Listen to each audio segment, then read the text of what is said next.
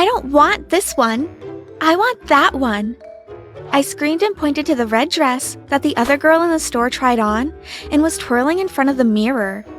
I watched as Mom pulled out money from her purse and begged the woman to give her the dress. The girl's mother took the money and the girl burst into tears.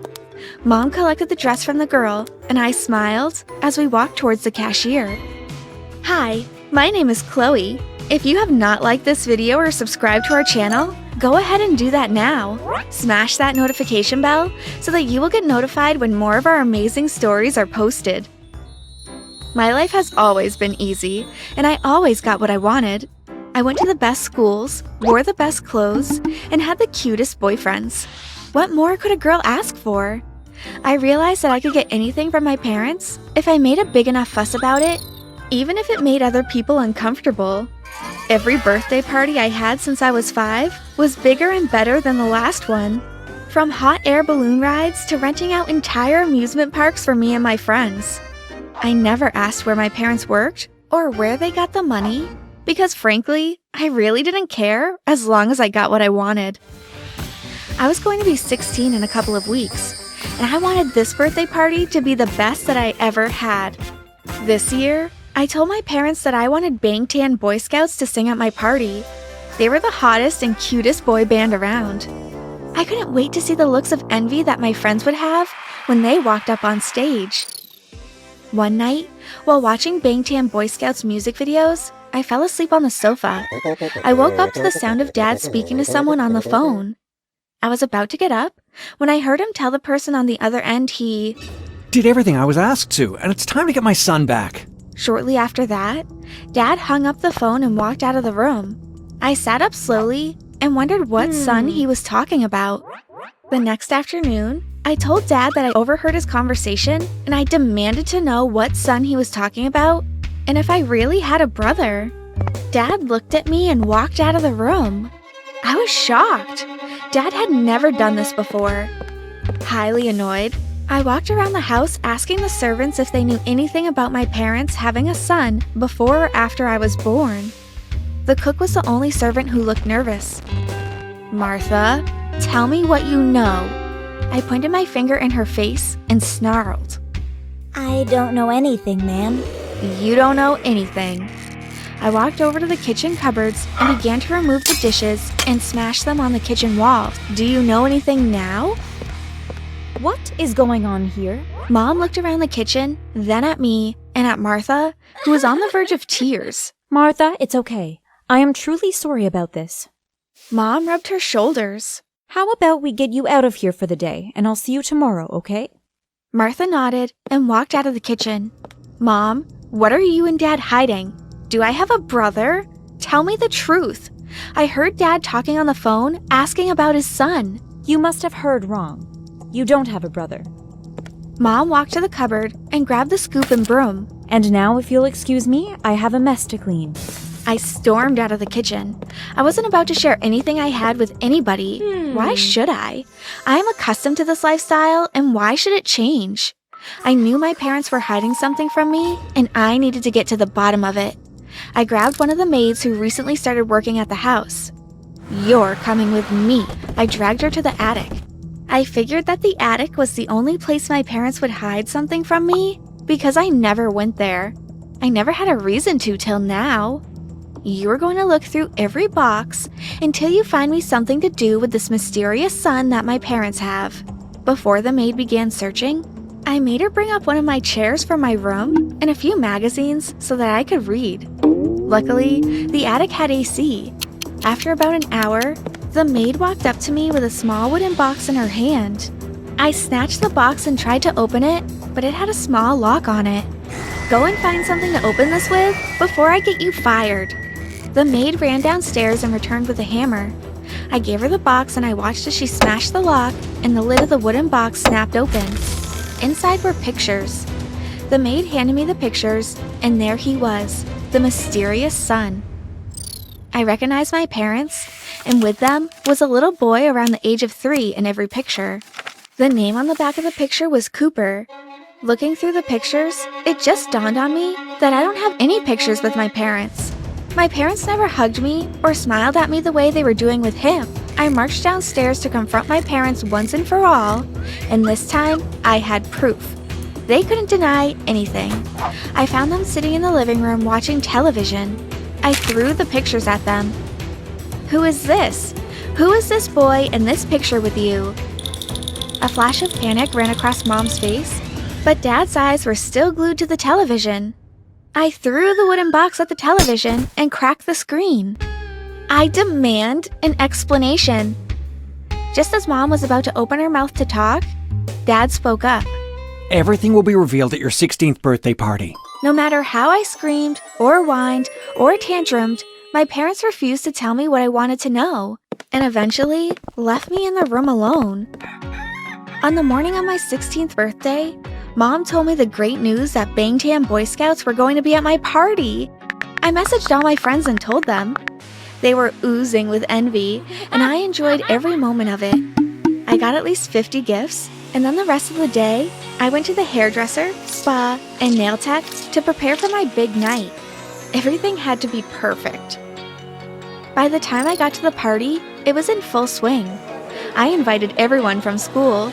The DJ was playing the best songs. I had an amazing 3-tier birthday cake and the cutest mini blue dress anyone ever saw. During my party while I was making the rounds with my friends, Mom sent a message saying that Bangtan Boy Scouts had arrived and she wanted me to meet them personally. I squealed with excitement as I showed the message to my friends. I told them that I would be back in a few minutes. I walked to the front of the building, but when I got there, no one was around. Suddenly, screeching tires were heard, and before I knew it, I was being pushed into a car. I sat in the back seat with 2 men on either side. "Where are you taking me?" I yelled as the car sped off. The 3 men in the car remained silent and didn't pay any attention to me. I sat in the back seat and sulked, with my arms folded across my chest. About 30 minutes later, we were driving through gates that led to a mansion. I was pulled out of the car and held by my upper arms and led to a room where I was instructed to sit and wait. I heard the door lock behind the man, so I knew I had no choice but to do as he said. I must have fallen asleep, because when my eyes opened again, they were staring into the kind eyes of an older woman. I sat up slowly, and the woman sat next to me and hugged me. What kind of kidnappers hugged their prisoners? I was confused. I pushed the lady away and stood up. "Who are you, and why am I here? Where are my parents?" My voice, loud and aggressive. Who do you think you're talking to? A man entered the room. He was well-dressed in a pinstriped 3-piece suit, and a cigar hung from his lips. I recognized him as Albert El Diablo Maceria. He was the leader of the biggest gang in their city. Police could never pin anything on him, or were too afraid to do it. "Where are my parents?" We are right in front of you. Now sit. We have a lot to talk about. I reluctantly sat next to the woman. When we were younger, things got pretty hot on this side. As a man, it's my responsibility to take care of my family and keep them safe. We are a family business, and business can't go on if my firstborn isn't around. I hope for a son, but you would have to do. He poured himself a drink. I had a bookie who owed me money. I told him if we swapped kids and he kept mine safe until she reached age 16, I would square off his gambling debts. So the deal was made. If anyone came after me by trying to hurt the boy, no harm, no foul, because he ain't my kid. My mind flashed back to Dad's conversation that I overheard. This man had his son. "What are you talking about? I think you got the wrong person." I got up and walked towards the door. I needed to get out of here. I opened the door and standing in front of me were 2 men. Did you think it was that easy to leave? Where did you think your other parents got all that money to take care of you? That's right, your real parents have been providing for you from day one. I finally have my daughter back, the heir to my kingdom. You are in my world now, and it's time to learn the rules on my turf. What makes you think I want to stay? You abandoned me for 16 years, and you think I would just run to you with open arms and welcome you into my life? Tough decisions had to be made, Princess. But since you want to play hardball, we can play that too. One day you'll realize that I did what I did to protect you and for your own good. You will learn to love it here. The man opened the door and told the man outside to take me to my room. I kicked and screamed and begged to return to my parents. I was thrown into a bedroom and locked in.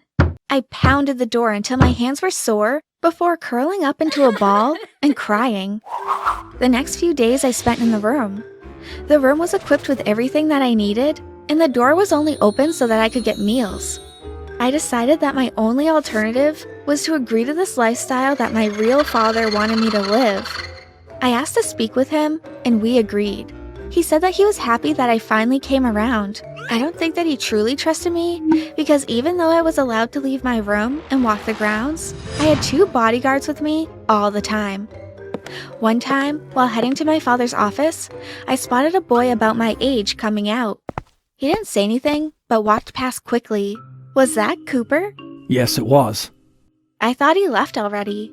No, Cooper had one last job to complete for me tonight. Then he's free to go. Let's not talk shop now. I have a surprise for you. He opened his drawer and handed me a Bangtan Boy Scouts concert ticket. I was more excited that I was finally able to leave the mansion than actually going to the concert. I told my father thank you. He said to be ready by 6, so the bodyguards can take me to and from the concert before he waved me out of the office because his phone rang. If Cooper was leaving, maybe Cooper might be my only hope. I slipped Cooper a tiny folded piece of paper and hoped that he would go along with it. At the concert, the crowd to enter was huge. I told Cooper exactly where I would be. I told him to create a distraction, and maybe under the cover of the crowd, I would be able to escape. I nervously stood waiting for anything to happen, then it did. I heard 3 loud explosions, quickly followed by the screaming of the crowd, who were now scampering for cover. I was almost trampled when a hand caught me. I looked up, and it was Cooper. He held my hand tightly, and we maneuvered through the crowd. He opened the back seat of the car and told me to get in and stay low. He closed the door, then quickly jumped into the driver's seat and took off. My heart was pounding so loud, I felt as though it would break one of my ribs. When the noise died down and the space seemed clear, Cooper told me it was safe to sit up. I thanked him for everything he did for me. He said that he spent 13 years in that household, and he didn't want anyone else to witness the things that he did.